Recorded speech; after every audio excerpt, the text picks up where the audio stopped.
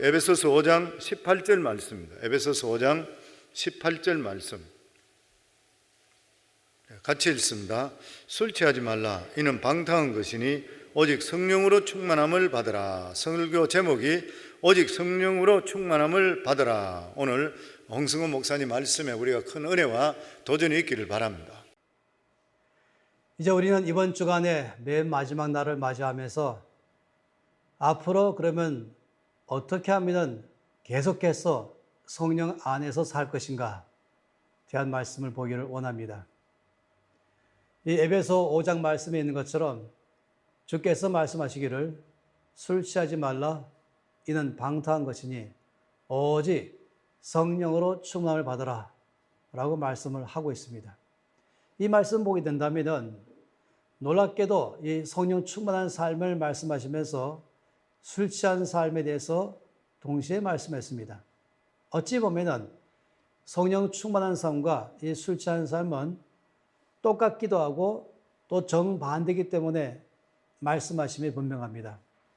이 술 취함과 성령 충만함에 공통점이 있다고 한다면 둘 다 나 자신이 아닌 다른 어떤 힘에 의해서 영향을 받는 삶을 가리켜 말한 것입니다. 술 취했다 말한다면 그건 이 알코올의 힘에 내가 지배를 받는 걸 말하죠. 술을 많이 마시면 많이 마실수록 술이 더 취하지 않습니까? 술이 더 취하면 취할수록 나는 이 알코올의 힘에 의해서 내가 지배를 받게 됩니다. 이 말할 때의 말투가 바뀌고 또 앉아있거나 걸어갈 때나 뭔가 내 몸의 균형이 바뀌는 것입니다. 이 알코올에 의해서 내 이 언어신경과 또 이 중추신경을 타치하기 때문에 내 삶에 영향을 줄 수가 있는 것이죠. 성령 충만함도 이와 똑같습니다. 성령으로 충만하다라고 말하는 것은 성령의 능력에 지배를 받는 삶이다라고 말할 수 있겠죠. 마치 술 취했을 때에 알코올이 나를 지배하는 것처럼 성령으로 충만할 때는 성령께서 나를 전체를 붙들고 계시며 지배하시며 영향을 주는 것입니다. 그런데 다른 게 있어요. 그거는 결과가 너무 다릅니다. 술 취하게 되면은 방탕하다라고 말씀했습니다. 사람의 인격이 점점 망가지는 것입니다. 사람이 점점 뭔가는 비인격적인 삶으로 되어버리고 무질서한 삶으로 바뀌게 되고 무절제한 삶이 되기 시작한 것이죠. 근데 여러분 참 놀라운 것은 성령으로 충만하면 충만할수록 우리의 삶에 더 절제가 있게 되고 질서가 있게 되고 안에서 아주 고상한 성품이 되고 그리고 사랑의 사람, 기쁨의 사람, 주변에 향기를 드리는 사람으로 바뀌어간다는 것입니다. 이 어마어마한 차이가 있는 것이죠. 그렇기 때문에 우리에게 말씀하기를 오직 성령으로 충만함을 받으라 라고 말씀하신 것은 이것밖에 없다. 이것으로만 지배하도록 하게 하라. 너의 모든 삶 전체가 오직 성령의 지배 아래 놓이도록 하게 하라. 이렇게 말씀을 하고 있는 것이 저 오늘 이 시간의 마지막으로 여러분에게 이 주의 말씀으로 말씀드린 것입니다. 여러분 이 말씀하실 때는 성령의 충만함을 받으라 이 말씀의 동사는 한 번만 받는 것이 아니라 지속적으로 받으라라고 말씀하는 것입니다. 그래서 어떤 영어 성경은 이것을 설명하기 위해서 be being filled with the Holy Spirit 이렇게 말했어요. 그러니까 언제나 성령의 충만한 상태 가운데 머물러 있으라 이 말씀인 것이죠. 언제나 성령께 항복하고 성령을 환영해서 성령께서 나의 삶 전체를 머리끝에서 발끝까지 내 삶 전체를 다스리도록 항복하라 이 말씀인 것이 환영하라 이 말씀인 것이에요. 성령님은 어떤 능력도 아니고 어떤 느낌도 아니고 불도 아니에요. 성령님은 바로 인격적이신 하나님이십니다. 우리가 예수님을 환영합니다 말할 때 어떤 능력을 환영하는 게 아니잖아요. 어떤 느낌을 환영하는 것이 아니라 바로 인격자이신 성령님을 환영하는 것입니다. 예수님을 환영합니다 말할 때 마찬가지인 것이에요. 예수님을 사랑합니다 말하죠. 또 하나님 아버지 사랑합니다 말하는 것입니다. 동일합니다. 성령님 환영합니다. 성령님 사랑합니다. 성령님 찬양합니다. 성령님께 순복합니다. 성령님께 항복합니다. 바로 인격적인 성령님께 요청해서 내 삶 전체를 내가 스스로 자발적으로 그 앞에 항복하며 나를 다 다스려 달라고 요청하는 것, 이것이 바로 성령의 충만함을 받으라는 것입니다. 그리고 이것을 한 번만 받는 것이 아니라 지속적으로 받으라고 말하는 것이에요. 매번 받으면 더 좋겠습니다. 정말로 우리가 의식이 있을 때마다, 기억날 때마다 성령님 환영합니다. 성령님 항복합니다. 성령으로 저를 전체를 다 적셔 주시옵소서. 성령으로 저를 지배해 주시옵소서. 그럴 때마다 우리는 더 놀랍게도 더 자유해지고 더 풍성해지고 더 다이나믹해지고 그러다 놀라운 삶을 살게 되는 것입니다. 그럼 이런 삶을 어떻게 가능할까 하는 것이에요. 놀랍게도 여기에 오직 성령으로 충만함을 받으라 이 말씀 가운데 이 동사가 참으로 놀랍습니다. 이 동사의 뜻을 그대로 설명한다면 두 가지로 말할 수 있습니다. 하나는 이렇게 말한 것이 성령으로 충전하라 이 말씀인 것입니다. 여러분 충전 아시죠? 우리 모두가 다 이 모빌폰을 사용하고 있습니다. 이 모빌폰 가지고 하루 종일 사용한 다음에 집에 오면은 우리는 이 전화기를 충전시킵니다. 하루 종일 썼기 때문에 그 안에 있는 파워가 많이 나갔잖아요. 그러면 이제 충전시켜서 이 풀 파워가 되면 또 다음날 우리가 전화기를 충분히 쓸 수 있는 것입니다. 따라서 우리 모두는 압니다. 핸드폰을 사용하면 집에 오면 충전한다. 아마 여러분은 제가 보기에는 세수하기 전부터 먼저 핸드폰부터 충전기에 꽂고 시작할지 모르겠습니다. 예, 충전기에 꽂을 때 어떻게 합니까? 제일 먼저 파워가 있어야 되죠.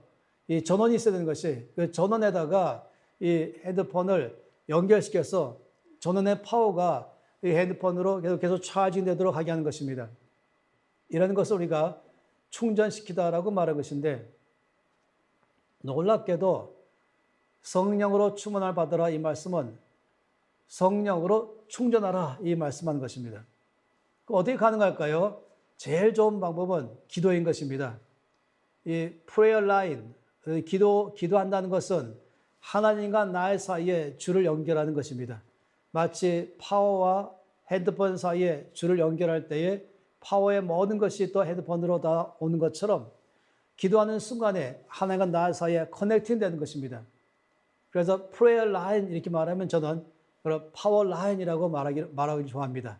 우리가 기도하고 있는 동안에 그 시간 동안에 계속해서 하나님의 능력이 성령의 능력이 내 안으로 충전돼 가기 시작하는 것입니다. 그래서 여러분 급속 충전하려고 하지 마세요. 다 5분 만에 충전을 시작하지 마세요. 저 앞에 여러분 각 사람마다 필요한 만큼 충분히 머물 때에 그럴 때 계속적으로 차징돼서 나중에 풀 돼갖고 풀 파워풀 되는 것입니다. 성령 충만함을 계속 받는 놀라운 방법의 비결은 우리가 끊임없이 주 앞에서 기도하는 삶을 살아가는 것입니다. 매일마다 우리는 이런 기도 시간들을 가져야 됩니다. 첫째는 나 자신을 위해서 기도해야 됩니다. 나에게 맡겨진 일, 크든 작든 이제 그 일들을 가지고 다 주 앞에 고백하면서 이 가운데 주의 은혜가 임하여서 맡은 일을 잘 감당했다고 기도하는 것이죠. 또 매일마다 또 기도할 때 두 번째는 나의 가족을 위해서 기도하는 것입니다. 가족의 이름을 불러가면서 하나님 아버지 앞에 그들을 축복하면서 그들에게 은혜를 달라고 요청하는 것입니다. 세 번째 우리가 날마다 기도할 때는 여러분이 몸담고 있는 영적으로 공급받고 있는 여러분의 교회, 이것이 여러분이 기도해야 될 대상인 것입니다. 바로 이 워싱턴 성황교회가 여러분의 매일마다의 기도 목록 가운데 세 번째로 들어가는 것입니다. 담임 목사님을 위해서 기도하시고 모든 교회에 섬기던 교육자들 위해서 기도하시고 또 교회 온 성도를 위해서 여러분이 기도하시고 또 온 성도를 다 기도할 수 없다면 그냥 온 성도를 축복해달라고 기도한 다음에 여러분이 갖고 있는 이 목장이 있지 않습니까? 적어도 목장에 있는 분들 위해서는 여러분이 날마다 기도 제목 가운데서 기도하는 것, 이것은 정말로 우리가 기도해야 될 목록 중 하나인 것입니다. 그리고는 또한 나라를 위해서 기도하는 것이죠. 제일 먼저 바로 대한민국 아니겠습니까? 대한민국 위해서 저 앞에 기도하십시오. 어떤 기도하든지 빌립보서 4장 6절 말씀을 기억하세요. 아무것도 염려하지 말라. 염려할 것 없다고 말하고 아무것도 염려하지 말고 오직 모든 일에 기도와 간구로 너희 구할 것을 감사함으로 아뢰라 라고 말씀했습니다. 염려할 게 아니라 그건 감사할 것이며 그건 기도로 접해 드리는 것입니다. 저는 기도 라켓이라고 말하기를 좋아합니다. 테니스 라켓 있지 않습니까? 공이 날아올 때에 우리는 이 공을 받아쳐서 올바른 장소에 떨어뜨리게 하는 것이 필요한 것이죠. 그럴 때 우리가 비로소 안심하는 것이죠. 바로 이게 염려나 걱정이나 많은 것들이 올 때는 즉시로 이것을 갖고 내 안에서 꼭 불안해하고 염려하지 마시고 기도 라켓을 들고 그걸 쳐서 바로 하나님의 손에 올려드린 것입니다. 바로 이것이 우리가 기도하는 것입니다. 나와 나의 가족과 내가 하는 일과 내가 속한 교회와 내가 속한 나라 위에 기도할 때마다 이 기도 라켓을 사용하십시오. 당연히 여러분 또한 여러분이 몸담고 있는 그 도시, 워싱턴 도시와 또 여러분이 몸담고 있는 미국을 위해서 기도하십시오. 그 외에도 혹시 여러분이 어떤 선교사님 또는 다른 교회들 또는 다른 단체들 또는 다른 나라들 여러분의 마음에 주시는 부담감만큼이나 여러분 기도하십시오. 얼마나 기도하면 좋을까? 그거는 각 사람마다 다릅니다. 어린 아이가 먹는 양이 다르고 나이가 들수록 먹는 양이 다릅니다. 여러분이 어떤 사람은 10분, 어떤 사람은 20분, 어떤 사람은 30분, 어떤 사람은 1시간 기도하는 게 필요합니다. 전 저에게 주어지는 기도 양이 일반적으로 1시간입니다. 그러면은 제 안에서 마치 음식을 많이 먹어서 만족하다 하는 것처럼 내 안에서 기도하는 동안에 성령께서 계속해서 차징하시면서 내 안에 영적으로 풍성함과 충만함을 느끼는 것입니다. 매일마다 그런 시간을 가질 때마다 이것이 바로 성령으로 계속해서 충만함이 있는 비결인 것입니다. 여러분, 이 기도는 여러분 삶의 필수인 걸 아시죠? 성령 충만을 받는 놀라운 비결은 바로 이와 같이 파워 라인, 프레이 라인 잊지 말기를 바란 것입니다. 또 그런가 하면 우리의 삶 가운데서 이 성령의 충만함의 또 다른 놀라운 비결은 바로 처음에는 충전시키라 라고 말했다면 이 성령으로 충만함을 받으라 말씀하시는 또 다른 의미는 수액을 받아들이라 이런 것입니다. 여러분 아시죠? 수액을 받아들이다. 이것은 이 나무의 뿌리를 말하는 것입니다. 이 나무가 좋은 나무로 잘 자라려면 뿌리를 깊이 땅속으로 뻗어야 됩니다. 땅속으로 많이 뻗을수록 땅속에 있는 많은 수액들, 양분들을 받아들여 가지고 이것을 가지고 뿌리를 통해서 나무로 올라가면서 마지막에 가지까지 다 가게 하는 것.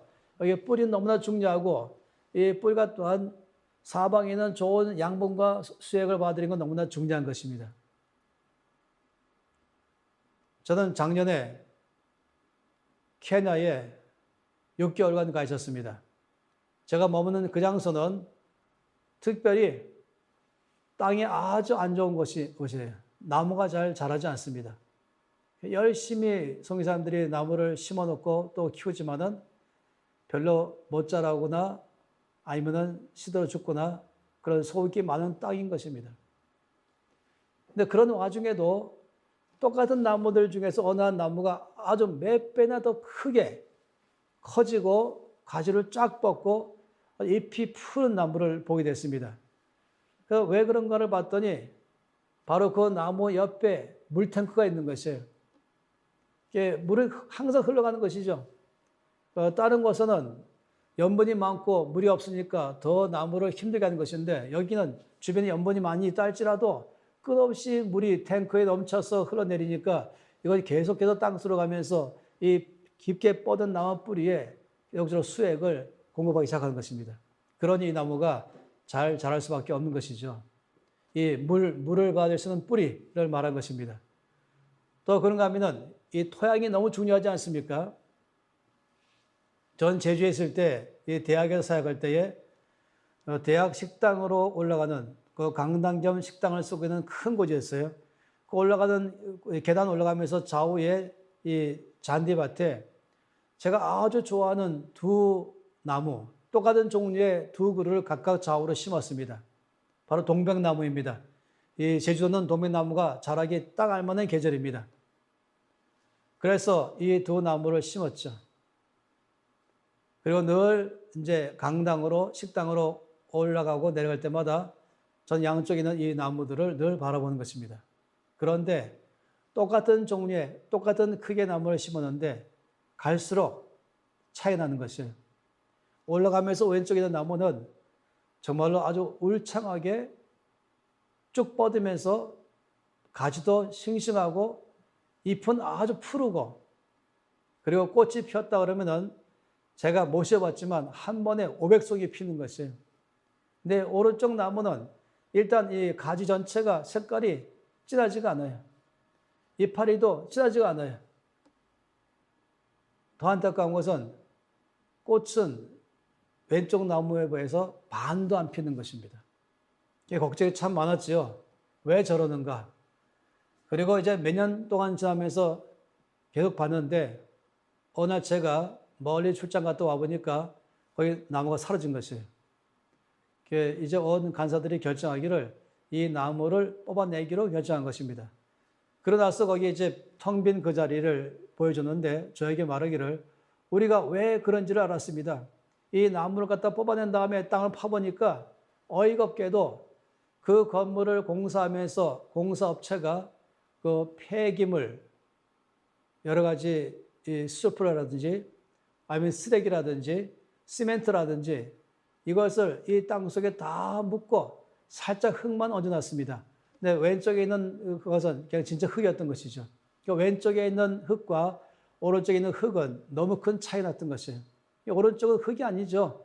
겉으면 흙이고 안은 전부 쓰레기더미여서 썩게 받는 것이었습니다. 그러니 나무가 아무리 뿌리를 내려갖고 양분을 받아들이고 수분을 받기 원하지만은 감당하지 못했던 것입니다. 저는 이걸 보면서 정말로 뿌리를 깊이 내리는 것 중요하지만 어디에 뿌리를 내리는가 하는 게 참으로 중요합니다. 이 성령으로 충만함을 받으라 말씀한 것은 수액을 받으리라 라고 말한 것인데 어디에 뿌리를 내려야 좋은 수액을 받을 수 있을 것인가? 여러분 당연히 좋은 땅에 되는 것이죠.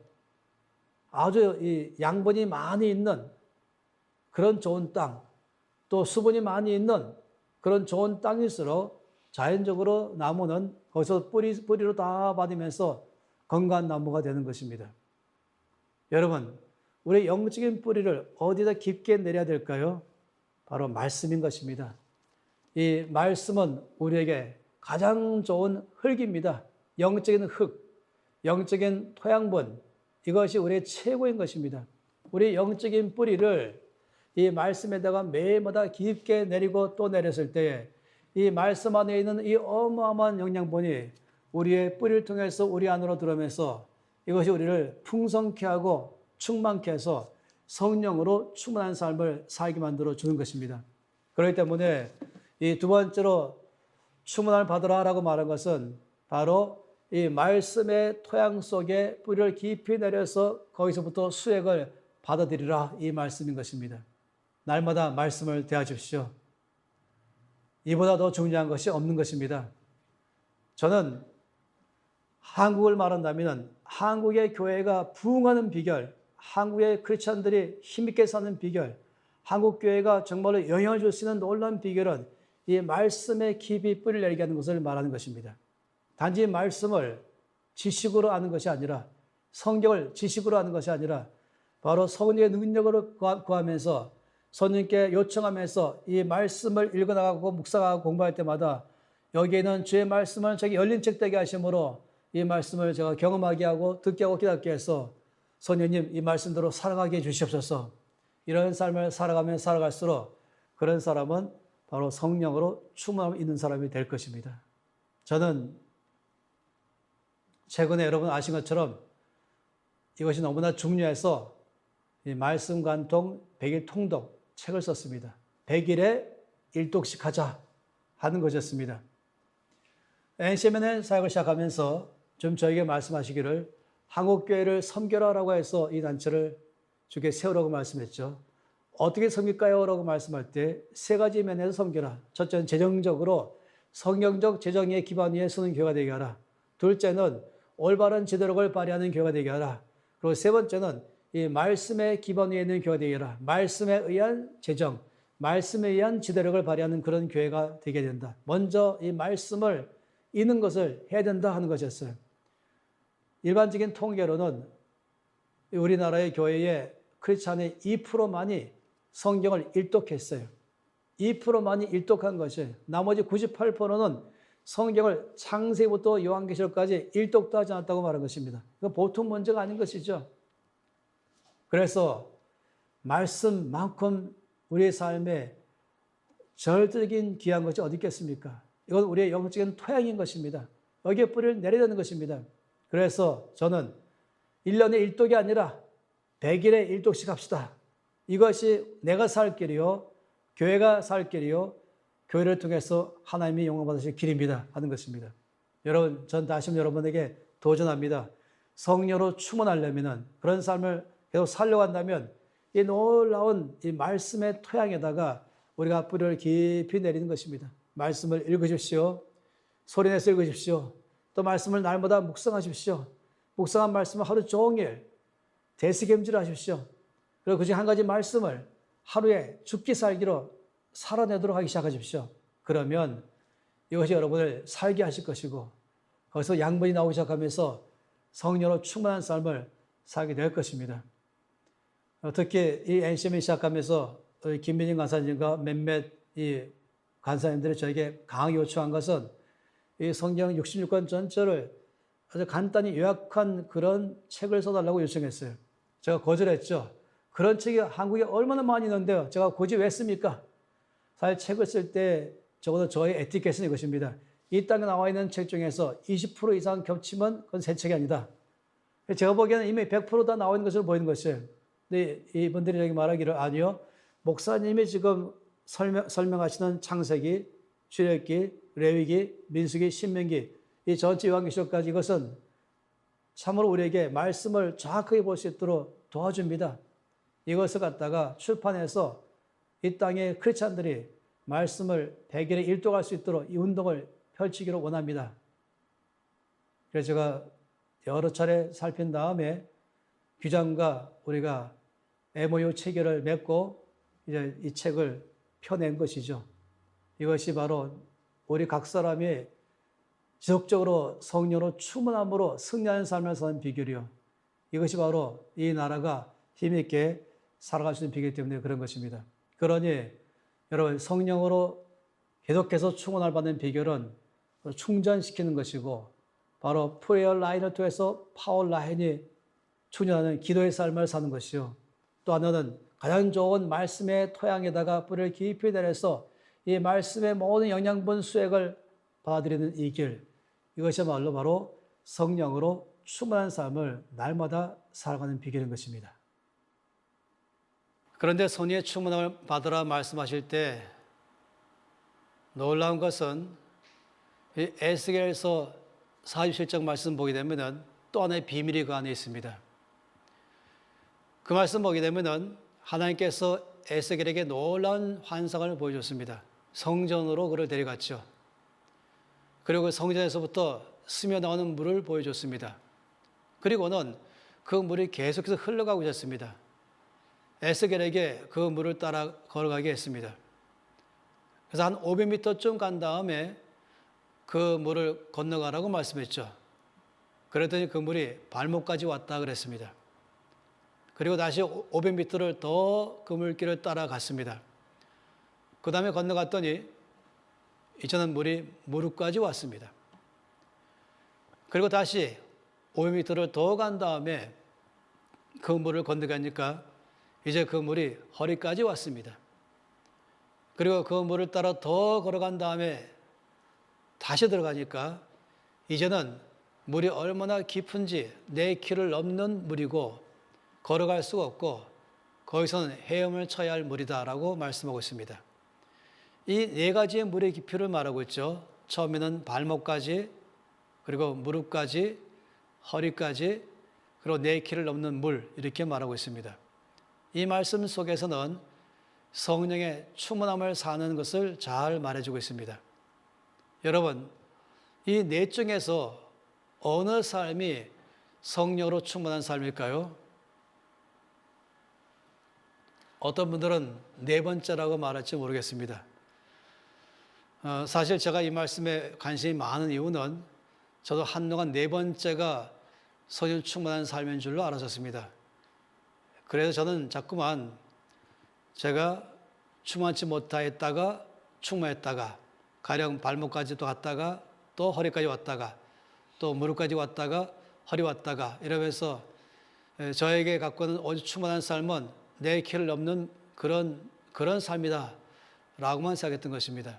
근데 그렇지 않습니다. 제가 말씀드린 것은 성령으로 충만한 삶이라는 것은 이 네 가지를 다 말한 것입니다.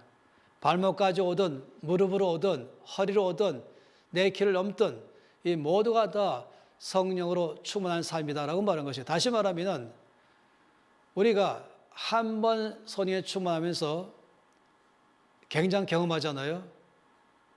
그리고 이것이 마치 네 번째 단계인 줄 알고 이만하면 됐다 할 때가 많이 있는 것입니다. 그런데 만일에 지금 내가 처음으로 성령 안에서 은혜 받고 충만케 사는 삶이 지금 발목이다라고 아신다면 난 더 깊이 가야겠구나. 그래서 이제 무릎까지 왔다면 이것도 어마어마한 비밀이지만은 더 깊이 가야겠구나 하면서 더 충만함으로 나갈 필요가 있는 것입니다. 그래야 우리는 영적인 면에서 조그만 일 갖고 만족하지 않고 자칫하면은 자만심 갖거나 영적인 게으름을 갖거나 더 심하면은 우리 가운데서 이 교만함 속에 그냥 다시 나태한 삶으로 빠지기 참 쉬운 것입니다.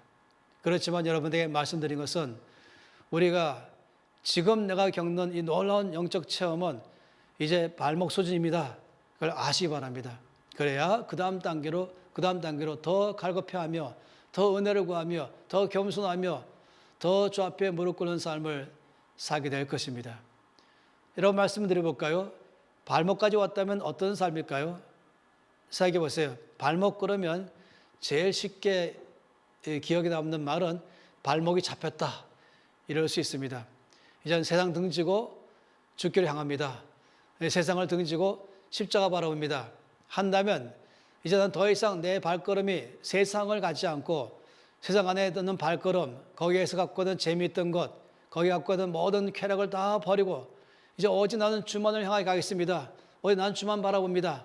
난 주님으로 만족합니다. 하신다면은 여러분 그 단계는 영적으로 발목 단계 왔다는 것이에요. 이게 시작인 것이에요. 이것이 전부 다가 아니에요. 네 번째 단계가 아닌 것이에요. 이제 겨우 발목 단계인 것이죠. 이제 발을 들여놓은 것이에요. 더 많은 은혜로 나갈 필요가 있는 것입니다.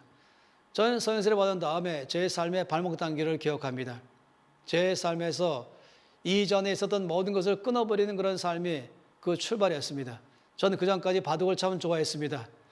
이 대학생활 하면서 잔디밭에서 바둑 두는 일을 참 좋아하고 그렇지만은 그 바둑 두는 시간은 최소한 1시간에서 2-3시간 걸리잖아요.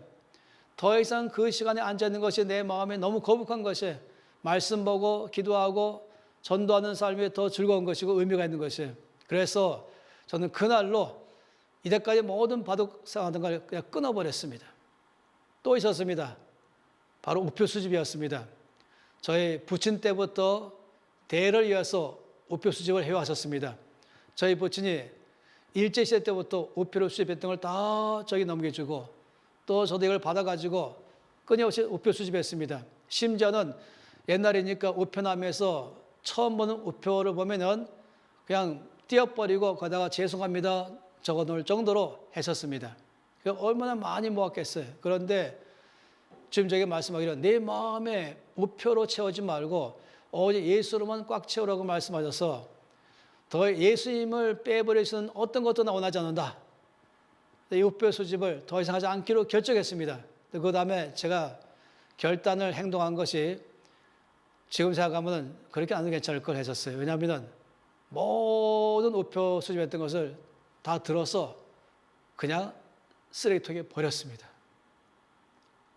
창고에 넣을 걸 하는 것이었어요. 어쨌든 이게 바로 제 마음이었습니다. 성 어거스틴은 이렇게 말했습니다.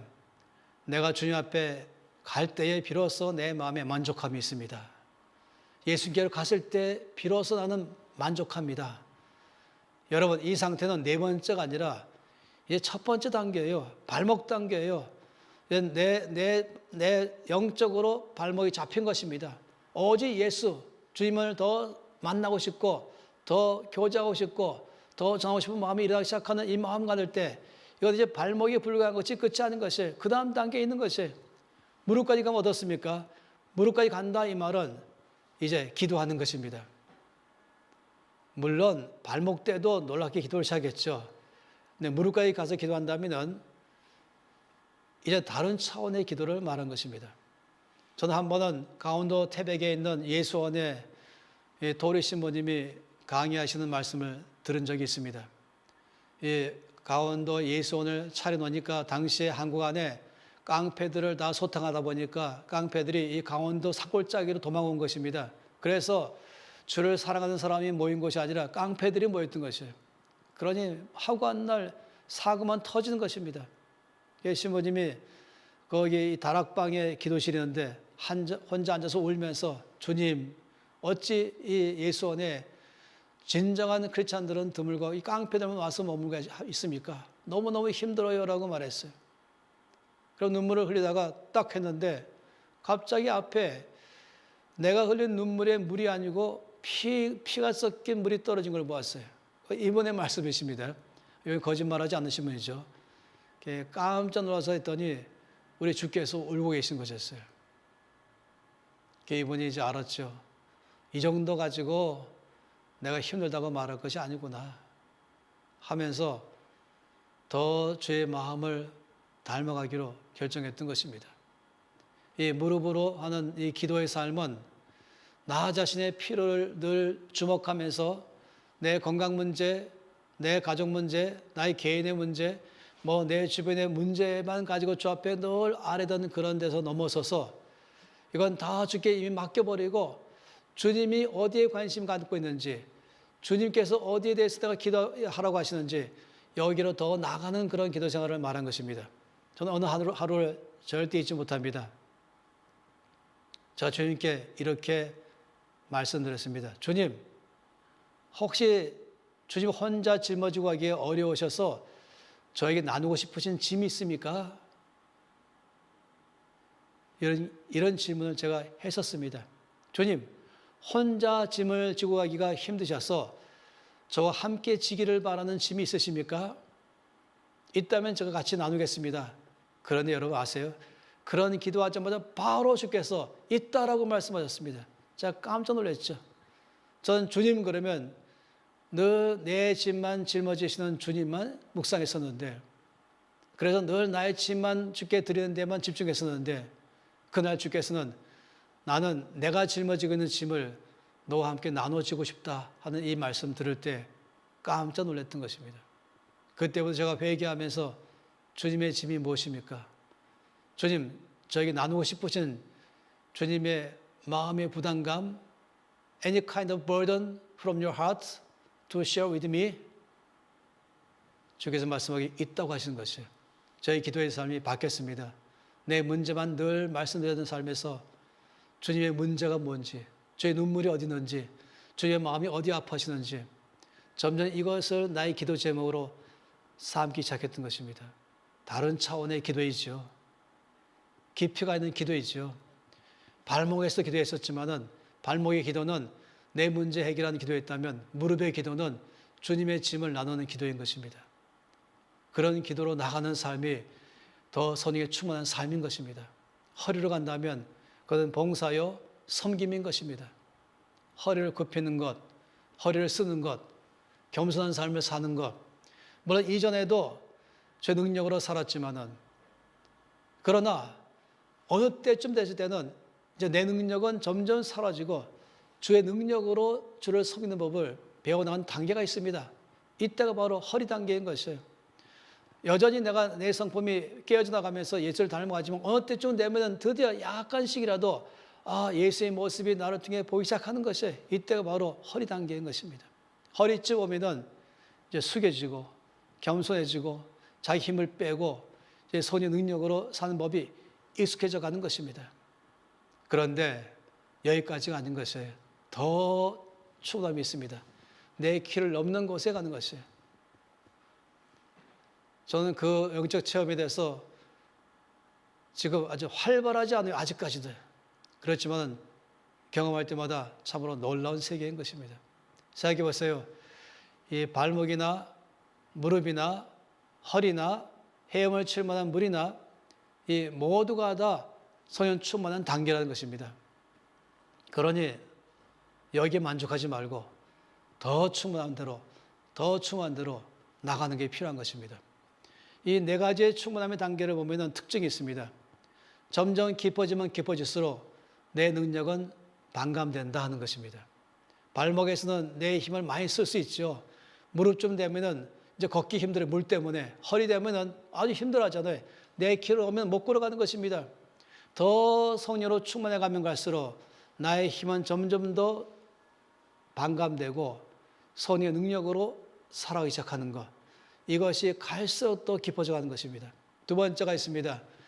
이 발목에서 무릎으로 허리로 내 키를 넘는 그런 단계로 가면은 갈수록 내 모습이 보이지 않는다 하는 것입니다. 발목에 있을 때는 발목까지만 잠기고 나머지 다 보이는 것이죠. 그리고 무릎이면은 좀 더 잠기고 허리면은 반이 잠기고 내 키를 넘을 때는 이제는 내 모습은 싹 가려지고 예수의 모습만 보이는 것입니다. 더 충만해 갈수록 나의 모습은 가려지고 예수의 모습만 더 늘어나게 보이는 삶을 사는 것. 얼마나 아름다운 삶입니까? 이것이 바로 갈수록 더 성령으로 충만해 가는 것입니다.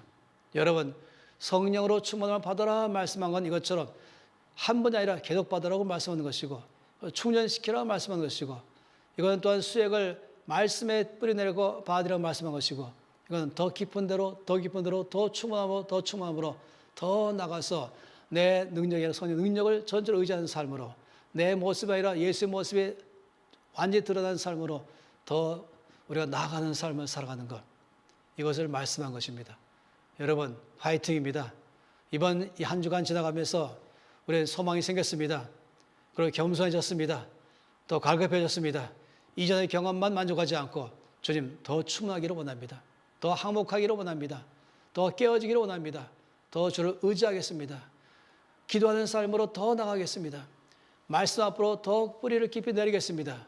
그럴수록 우리는 갈수록 더 충만해져서 주의 능력으로 주를 섬기고 또 주의 모습으로 영광 드러낼 줄로 믿습니다.